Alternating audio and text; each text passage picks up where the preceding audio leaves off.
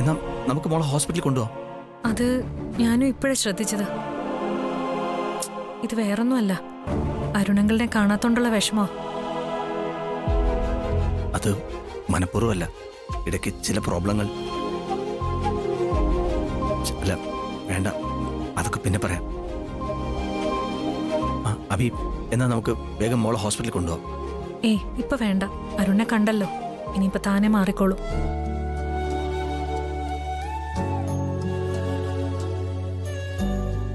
അല്ലെങ്കിൽ തന്നെ ചെറിയ പനിക്കുള്ള സിറപ്പ് ഇവിടെ ഇരിപ്പുണ്ട്, അത് കൊടുക്കാം. ഹോസ്പിറ്റലൊന്നും പോണ്ട, ഞാനല്ലേ പറയുന്നേ. അങ്കിൾ അകത്തേക്ക് വരുന്നില്ലേ? വേണ്ട മോളെ, സീക്കുട്ടി മോളെ കണ്ടല്ലോ, അങ്കിളിന് അത് മതി. ഞാൻ അങ്കിളിനെയും കണ്ടല്ലോ, എനിക്കും സന്തോഷമായി. അരുൺ ഇവിടെ ഇങ്ങനെ സംസാരിച്ചു നിൽക്കുന്നത് അമ്മ കണ്ട വലിയ പ്രശ്നമാവും. അതെ, മുത്തശ്ശിക്ക് അങ്കിളിനോട് വലിയ ദേഷ്യ. അരുൺ മോളെ കണ്ടല്ലോ, ഇനി പൊക്കോ, അതാ നല്ലത്. ഒടുവിൽ ഇതുപോലെ ഒളിച്ചും പതുങ്ങിയും എന്റെ മോളെ കാണാൻ വരേണ്ട സ്ഥിതിയായല്ലേ. എനിക്ക് ചില പ്ലാനിങ്ങുകളൊക്കെ ഉണ്ടായിരുന്നു, എല്ലാം ശരിയായി വന്നതാ. ഒടുവിൽ എല്ലാം ആകെ തകിടം മറിഞ്ഞു. എന്തായാലും ഞാനൊരു ഉറപ്പ് തരാം, ഞാനിനി എന്റെ ശ്രീകുട്ടി മോളെ ഉപേക്ഷിക്കില്ല. അഭിയേ, അങ്കിളപ്പ ഞങ്ങളിവിടെ താമസിക്കാൻ പോവാണോ? നോക്കാം മോളെ, നമുക്ക് നോക്കാം. എന്താ വേണ്ടതെന്ന് അങ്കിളൊന്ന് ആലോചിക്കട്ടെ. എന്നോടും അമ്മയോടൊപ്പം അങ്കിളും കൂടി ഉണ്ടെങ്കിൽ എനിക്ക് എന്ത് സന്തോഷാന്നോ.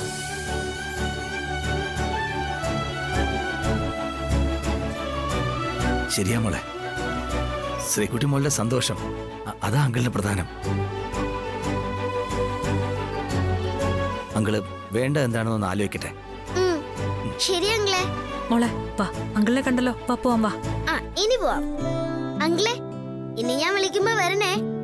ശരി മോളെ, അങ്കിൾ ഉറപ്പായിട്ട് വരാം. ടാറ്റാ.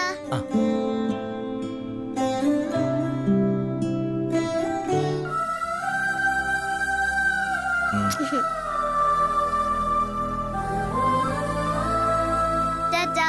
മോള് നോക്കൂ. ശരി അബി.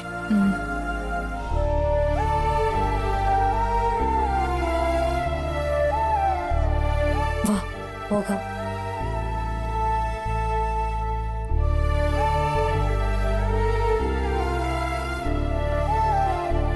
എന്റെ മോളും അഭിയും ഇനി രണ്ടാളെയും കൂടുതൽ വേദനിപ്പിച്ചുകൂടാ. എന്തെങ്കിലും വഴി ഉടനെ തന്നെ നോക്കണം.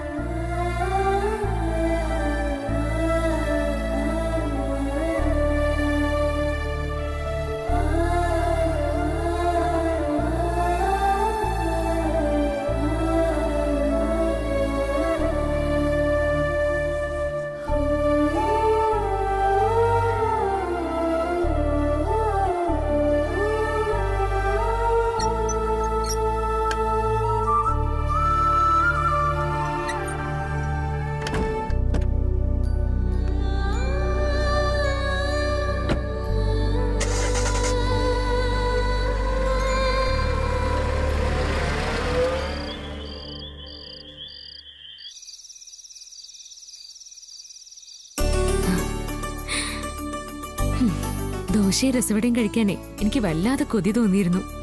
അതാ ഞാൻ സാറിനെ ബുദ്ധിമുട്ടിച്ചത്. എന്ത് ബുദ്ധിമുട്ട്? ഇതൊക്കെ എനിക്കും ശരിക്കും രസമുള്ള കാര്യമായിട്ടാ തോന്നുന്നത്. ശ്യാം ഇപ്പൊ എന്നോട് ഇങ്ങനെ പറഞ്ഞു. പക്ഷേ ഐശ്വര്യടുത്ത് ഈ പ്രഗ്നൻസിയുടെ പേരില് അരുണേട്ടനെ മനഃപൂർവ്വം ബുദ്ധിമുട്ടിക്കുകയാണെന്നാ എനിക്ക് തോന്നുന്നത്. അങ്ങനെയൊന്നും ആവില്ല. പ്രഗ്നൻസിയുടെ അവസ്ഥ ഇങ്ങനെയാ, ഞാനത് അനുഭവിക്കുന്നല്ലേ. ഇങ്ങനെ ഓരോന്നും കഴിക്കാൻ ആഗ്രഹം തോന്നുക, ഭർത്താവ് എപ്പോഴും അരികിൽ തന്നെ ഉണ്ടാവണമെന്ന് തോന്നുക, അങ്ങനെ മറ്റാർക്കും പറഞ്ഞാൽ മനസ്സിലാവാത്ത ആഗ്രഹങ്ങളാ ഉണ്ടായിക്കൊണ്ടിരിക്കുന്നത്. എല്ലാം ശരിയാ, പക്ഷേ ഐശ്വര്യടുത്ത് കുറച്ച് ഓവറാ. അത് ഐശ്വര്യടുത്തി അല്ലെങ്കിലും കുറച്ച് നിർബന്ധം കൂടുതലുള്ള ആളല്ലേ. ഐശ്വര്യടുത്തിയുടെ കാര്യം അവിടെ നിൽക്കട്ടെ, ഞാൻ സാറിനോട് മറ്റൊരു കാര്യം ചോദിക്കാനിരുന്നതാ. എന്താ ചോദിക്ക? അച്ഛനും അമ്മയും എല്ലാവരും നിർബന്ധിച്ചിട്ടും എന്താ സർ കമ്പനിയുടെ ചുമതല എടുക്കാത്തെ? നമുക്ക് ഒരു തവണ സംഭവിച്ചത് ഇനി സംഭവിക്കാൻ പാടില്ല.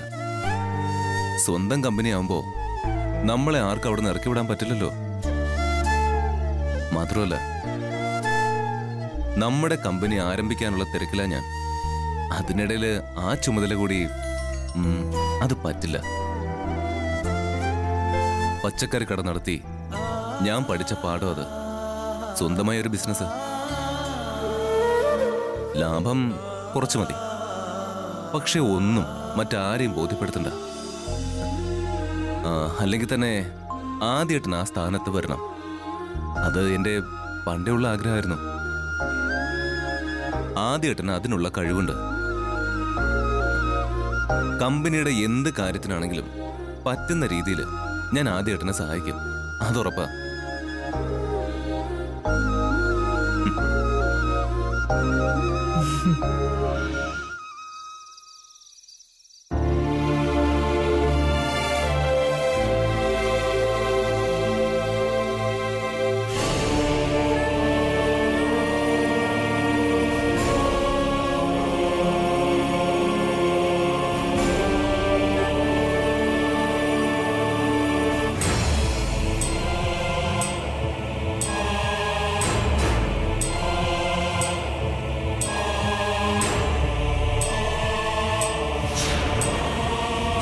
എനിക്കറിയാം, അരുൺ തട്ടുകടയിൽ നിന്നും ഇടയ്ക്ക് അശ്വതിയുടെ അടുത്ത് പോയതാകും. ഒന്നും വിട്ടു പറയുന്നില്ല. ആകെയും ശ്യാമയും അരുൺ ഒത്താശയാ.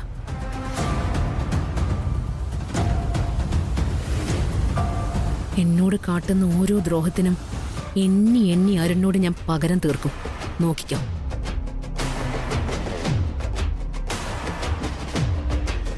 അരുൺ, മാങ്ങ കഴിക്കാൻ വല്ലാത്ത കൊതി തോന്നുക. വേഗാവട്ടെ.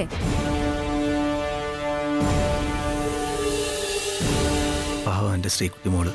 എന്നെ കാണാതെ അവൾ ഒരുപാട് വിഷമിക്കുന്നുണ്ടാവും. അഭിയും അതെ. പക്ഷെ ആ വിഷമം അഭി പുറത്ത് കാണിക്കാത്ത.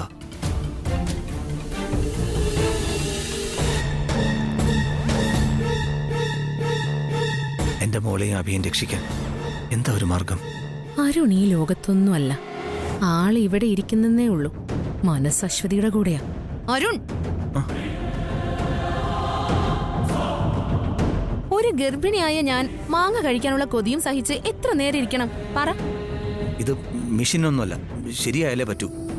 ശരിയാവാൻ അരുണിന്റെ മനസ്സ് ഇവിടെ ഒന്നും അല്ലല്ലോ. ഇത് കഴിച്ചിട്ട് വേണം എനിക്കൊന്ന് കിടക്കാൻ.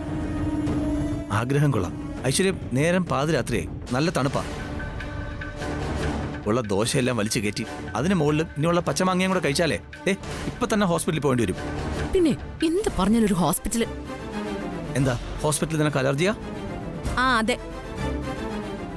വെറുതെ ഓരോന്ന് പറയാതെ വേഗം മാങ്ങിയെടുക്ക്.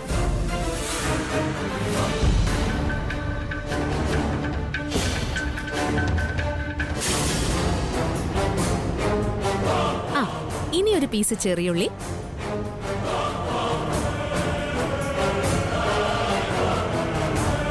പിന്നെ മുളക്. ഐശ്വര്യം, മുളക് നല്ല എരിവാ. അരുൺ ഇങ്ങ് തന്നാ മതി.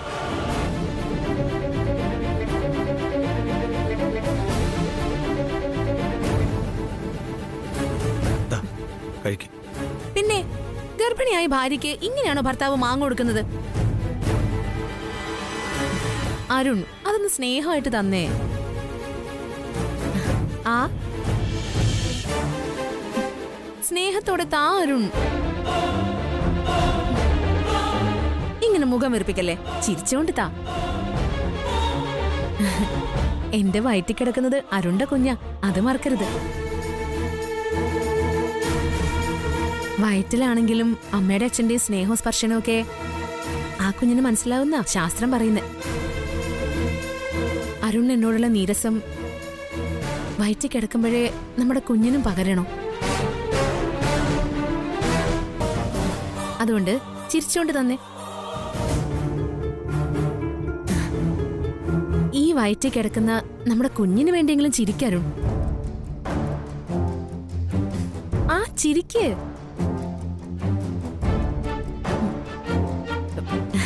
ഇനി സ്നേഹത്തോടെ ആ മാങ്ങ തന്നെ.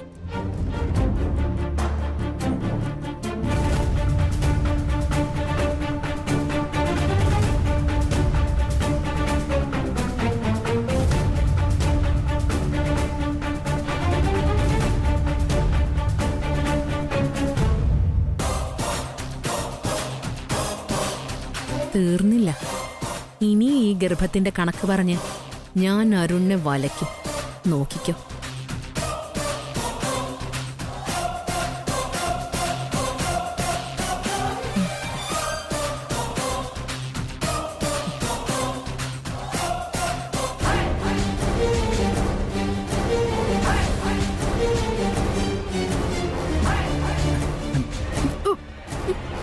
എന്താ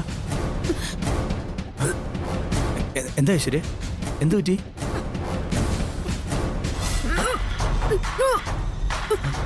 ഐശ്വര്യ,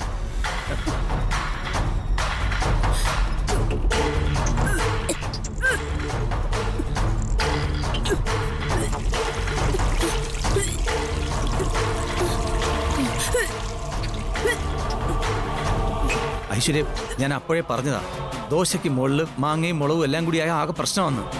ഹോസ്പിറ്റലിൽ പോണം. അരുൺ ഒന്ന് അടങ്ങിയിരിക്കും.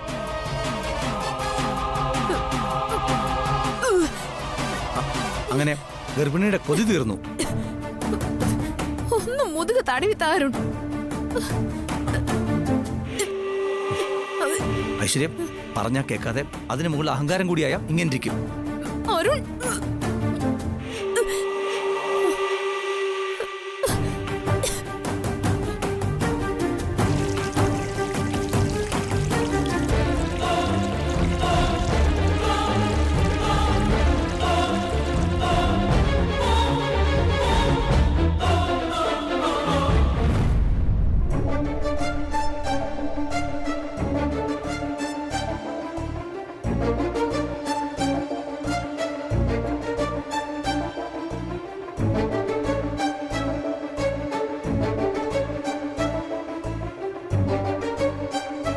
ആദ്യേട്ടാ, എന്താ കിടക്കുന്നില്ലേ? നേരെ ഒരുപാടായി. ആദ്യേട്ടാ, എന്തൊരു ടെൻഷൻ പോലെ. ഞാൻ ഏറ്റെടുക്കാൻ പോകുന്നതേ വലിയൊരു ചുമതലയാ. അത് സംശയമുണ്ടോ? അത് ആദ്യേട്ടനെ കൊണ്ട് നന്നായിട്ട് ചെയ്യാൻ പറ്റുമെന്നുള്ള വിശ്വാസം ഉള്ളത് കൊണ്ടല്ലേ എല്ലാവരും കൂടി കമ്പനി ചുമതല ആദ്യേട്ടനെ തന്നെ ഏൽപ്പിച്ചത്. അതാ ഇപ്പൊ എന്റെ ടെൻഷൻ. എന്താ കമ്പനിയുടെ ചുമതല ഏൽപ്പിച്ചതോ? അതെ, നമ്മുടെ കമ്പനി ഐശ്വര്യ ഭരിച്ച് മുടിച്ച് വല്ലാത്തൊരവസ്ഥയിലാക്കി വെച്ചിരിക്കുക. അതൊക്കെ ഇനി പിക്കപ്പ് ചെയ്ത് മുന്നോട്ട് കൊണ്ടുവരണമെന്ന് വെച്ചാ വല്ലാത്ത റിസ്ക്കാ. അക്കാര്യം എല്ലാവർക്കും അറിയാം ആദ്യേട്ടാ. നമ്മുടെ കമ്പനി തകർന്നാ പറ്റില്ലല്ലോ. അത് ആദ്യേട്ടന്റെ കയ്യിൽ സുരക്ഷിതമായിരിക്കും എന്നുള്ള വിശ്വാസം അച്ഛനും അമ്മയ്ക്കും എല്ലാവർക്കും ഉണ്ട്. അതെ, അപ്പോ അവരാഗ്രഹിക്കുന്ന രീതിയിൽ എനിക്ക് പെർഫോം ചെയ്യാൻ പറ്റണം. അത് പേടിക്കണ്ട. വൈസ് ചെയർപേഴ്സൺ സ്ഥാനത്ത് ഇനി എന്തായാലും ഐശ്വര്യല്ല, ശ്യാമയാ. അപ്പൊ ആദ്യേട്ടൻ എന്തായാലും പകുതി ജോലി മാറിക്കിട്ടും. പിന്നെ ആഖി കമ്പനി കാര്യത്തിൽ നല്ല എക്സ്പീരിയൻസ്ഡാ. ആദ്യേട്ടനെ എന്തിനും ഏതിനും സഹായിക്കാൻ ആഖി ഉണ്ടാവുമെന്ന് ഉറപ്പ് തന്നതല്ലേ? അതൊക്കെ എനിക്കറിയാം, എന്നാലും വല്ലാത്തൊരു ടെൻഷൻ പോലെ. അതൊന്നും സാരമില്ല ആദ്യേട്ടാ. ദൈവത്തിനെ പ്രാർത്ഥിച്ച് വന്നു കിടന്ന് ഉറങ്ങാൻ നോക്ക്. ഉറങ്ങി എഴുന്നേൽക്കുമ്പോ എല്ലാ ടെൻഷനും മാറും. വന്നേ, കുറച്ച് റെസ്റ്റ് എടുക്ക്. വാ. അതേട്ടാ, എന്താക്കി, നിങ്ങൾ കിടന്നില്ലേ? ഞാൻ ആദ്യേട്ടനെ നോക്കി വന്നതാ. എന്താടാ? നാളെ നമ്മുടെ കമ്പനിയുടെ MD ആയി ചുമതല ഏറ്റെടുക്കുന്ന ആളല്ലേ, നേരിട്ട് കണ്ടൊന്ന് വിഷയാനാ. അതേപ്പോ ഞങ്ങള് പറഞ്ഞോണ്ടിരുന്നേ. MD സ്ഥാനം ഏൽക്കുന്ന കാര്യത്തില് ആദ്യേട്ടന് നല്ല ടെൻഷനുണ്ട്. ടെൻഷനോ? എന്തിന്? അല്ല, ഇത്ര കാലമായിട്ടും ഞാനങ്ങനെ വലിയ ഉത്തരവാദിത്വമൊന്നും ഏറ്റെടുത്തിട്ടില്ലല്ലോ. അതെന്താ, ആദ്യേട്ടന് അതിനുള്ള കഴിവില്ലാഞ്ഞിട്ടാണോ? അല്ലല്ലോ. ഞാൻ കമ്പനി ചുമതല ഏറ്റെടുക്കുമ്പോഴും അച്ഛനും അമ്മയും ആദ്യം പറഞ്ഞ പേര് ആദ്യേട്ടന്റെയാ.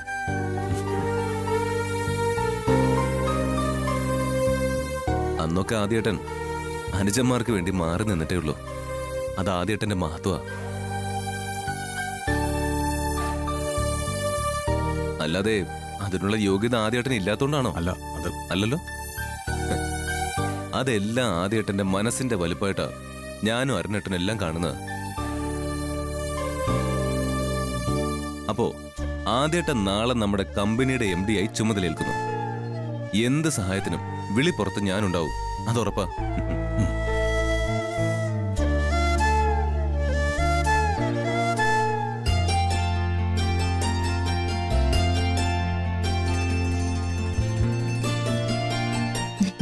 ഏട്ടാ എന്റെ ഫുൾ സപ്പോർട്ടും ആദ്യേട്ടനുണ്ട്. ആദ്യേട്ടൻ MD ഏട്ടൻ അടിച്ചു പൊളിക്കും. ഒരാശങ്കയും വേണ്ട. ഈ വീട്ടിൽ എന്തുകൊണ്ടും നമ്മുടെ കമ്പനിയുടെ MD സ്ഥാനത്തിന് യോഗ്യൻ ആദ്യേട്ടൻ തന്നെയാ.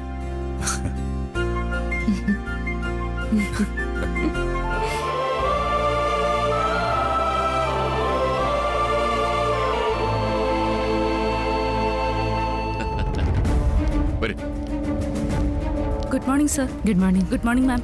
Good morning sir. Morning sir. Good morning morning. Good morning.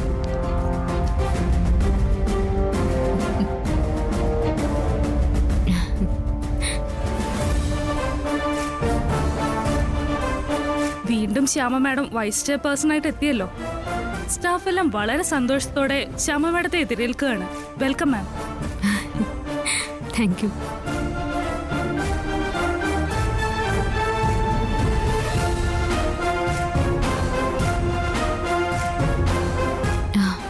Thank you.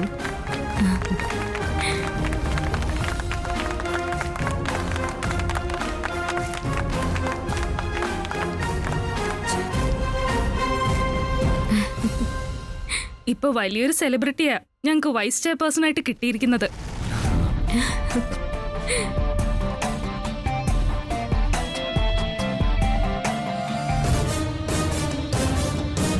ഞങ്ങളുടെ പുതിയ MDക്ക് സ്വാഗതം. ഹേയ്, നിങ്ങളുടെ പുതിയ MD ഞാനല്ല, ഏട്ടനാ, ആദ്യേട്ടൻ.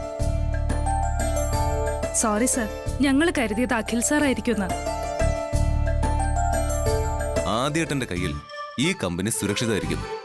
ആ കാര്യം നമ്മുടെ സ്റ്റാഫിന് ഉറപ്പു തരാൻ എനിക്ക് കഴിയും. Sir, congratulations.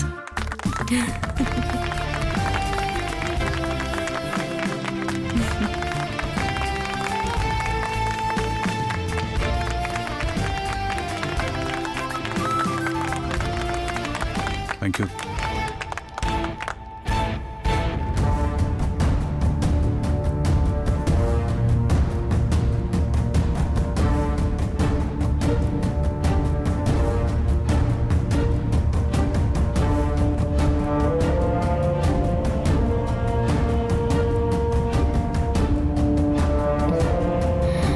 എന്റെ കണ്ണ, ഞാൻ വീണ്ടും വൈസ് ചെയർപേഴ്സൺ ചുമതലയേൽക്കാണ്.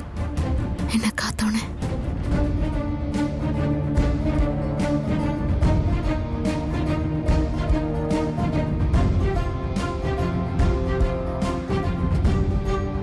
മോൾക്ക് എപ്പോഴും സാക്ഷാൽ കൃഷ്ണന്റെ അനുഗ്രഹം ഉണ്ടാവും. അതിന്റെ ഉയർച്ച നമ്മുടെ കമ്പനിക്കും ഉണ്ടാവും.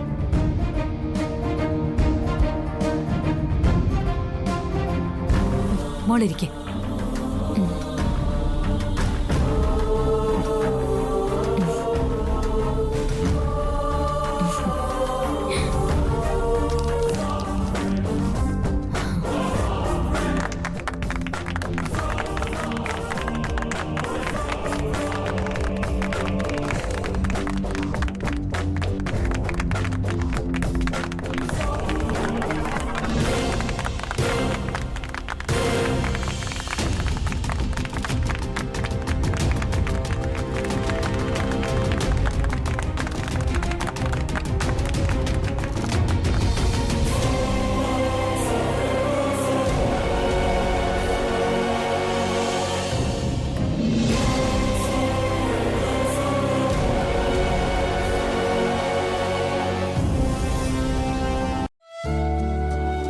അതി, ഇപ്പൊ വലിയൊരു ഉത്തരവാദിത്വമാണ് നിന്നെ ഏൽപ്പിക്കുന്നത്.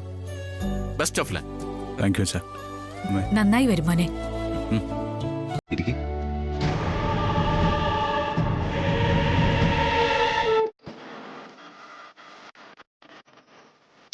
ഇരിക്കേട്ടാ, വർമ്മ ഗ്രൂപ്പ് ഓഫ് കമ്പനിയിലെ പുതിയ MD യെ ഞങ്ങൾ ശരിക്കൊന്ന് കാണട്ടെ.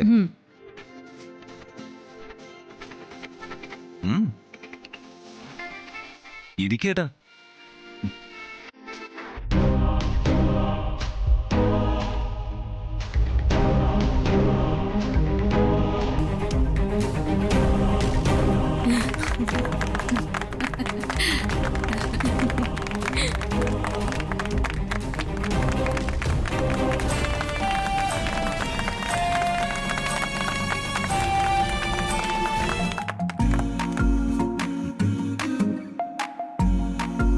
പുതിയ MD ക്ക് എന്തിനും ഏതിനും ഈ അഖില സഹായത്തിനുണ്ടാവും. ഓക്കെടാ.